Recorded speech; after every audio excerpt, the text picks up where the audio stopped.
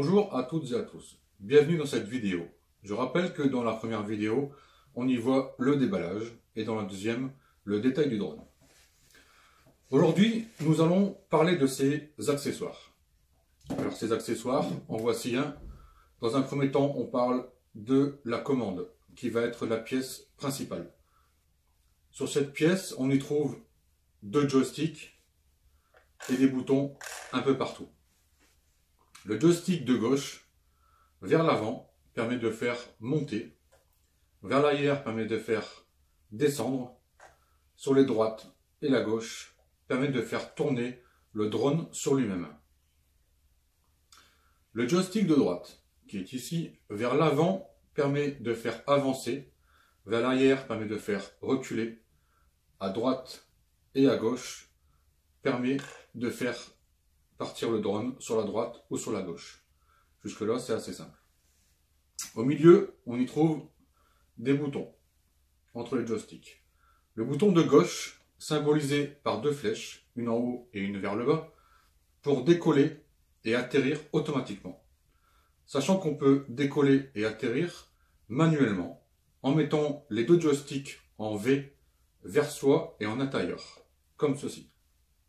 Les moteurs se mettent à tourner et avec le joystick de gauche, il suffit de monter légèrement pour faire décoller le drone. Pour atterrir en mode manuel, il suffit de descendre doucement le joystick de gauche et une fois le drone au sol, gardez bien le joystick vers le bas jusqu'à l'arrêt des moteurs.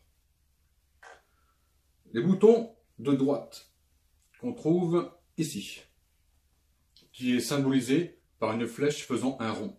Ça s'appelle le RTH, qui sert à faire revenir le drone en cas de divers problèmes majeurs, comme par exemple perte de vue. Je rappelle que le vol hors vue est interdit. Mais ça peut arriver. Des fois, on regarde son écran, on porte l'attention sur son écran, et du coup, on perd son drone, on ne sait plus où il est quand on relève la tête. Et il suffit d'appuyer sur le RTH, et le drone revient tout seul. Et là, on s'est rendu compte qu'on a cherché dans la mauvaise direction parce qu'on a bougé entre deux quand on regardait l'écran. Entre ces deux boutons, on y trouve un petit voyant. C'est une LED avec 3 couleurs qui indique le niveau de batterie. J'explique pas les niveaux des couleurs, tout le monde sait. Au-dessus, on y trouve un bouton symbolisé par une croix qui sert à faire rentrer et sortir le train d'atterrissage. Un appui court va faire sortir et un appui long va faire rentrer le train d'atterrissage. Sachant que l'entrée et la sortie se fait automatiquement.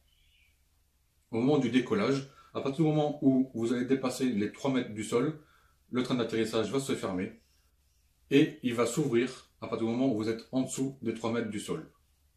Le fait de pouvoir rentrer le train d'atterrissage en manuel sert en cas de problème. Ça peut arriver.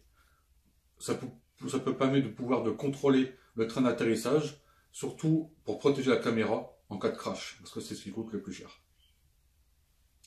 Au-dessus, on y trouve un commutateur avec 3 positions. Celui de bas est un mode assisté à 100%. Celui du milieu est un mode normal, et celui du haut est un mode professionnel, où l'on perd toute assistance pour voler, par exemple, en intérieur. Au-dessus, on y trouve un petit crochet pour y mettre un tour de cou, ce qui est pas mal. À l'avant, ici, on y trouve le bouton pour allumer et éteindre la manette. À côté, une prise de raccordement pour la base station et à côté, la prise pour le chargement.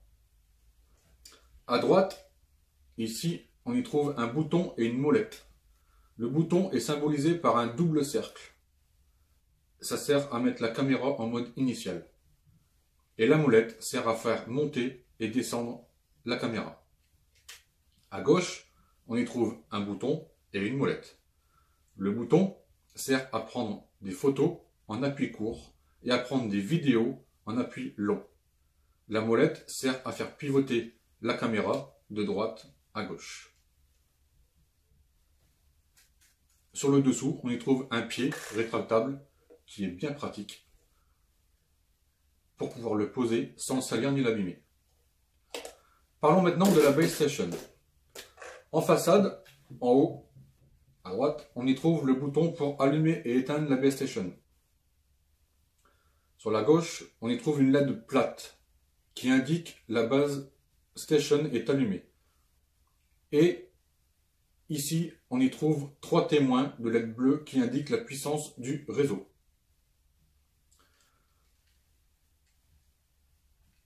Ici, quand on lève les deux petits clapets, on peut y loger un téléphone de 4,5 cm à 9 cm.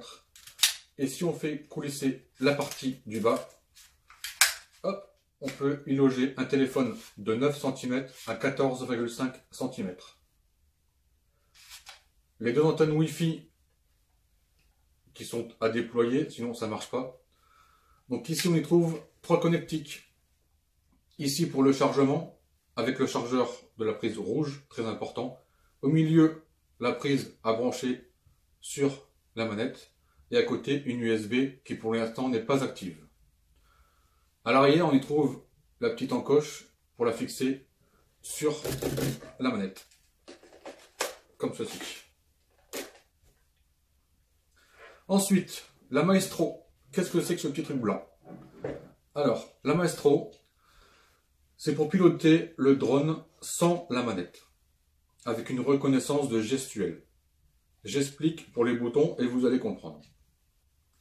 Alors, en façade, on a une série de boutons.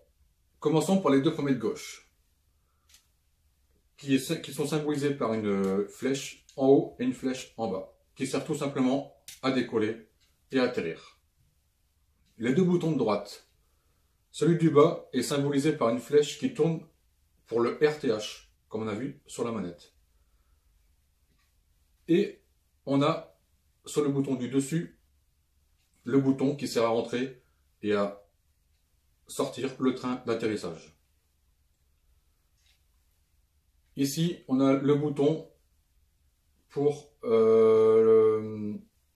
la caméra, pour qu'elle soit dirigée vers vous automatiquement. Et ici, on a le joystick pour la caméra, pour la faire pivoter, tout ça.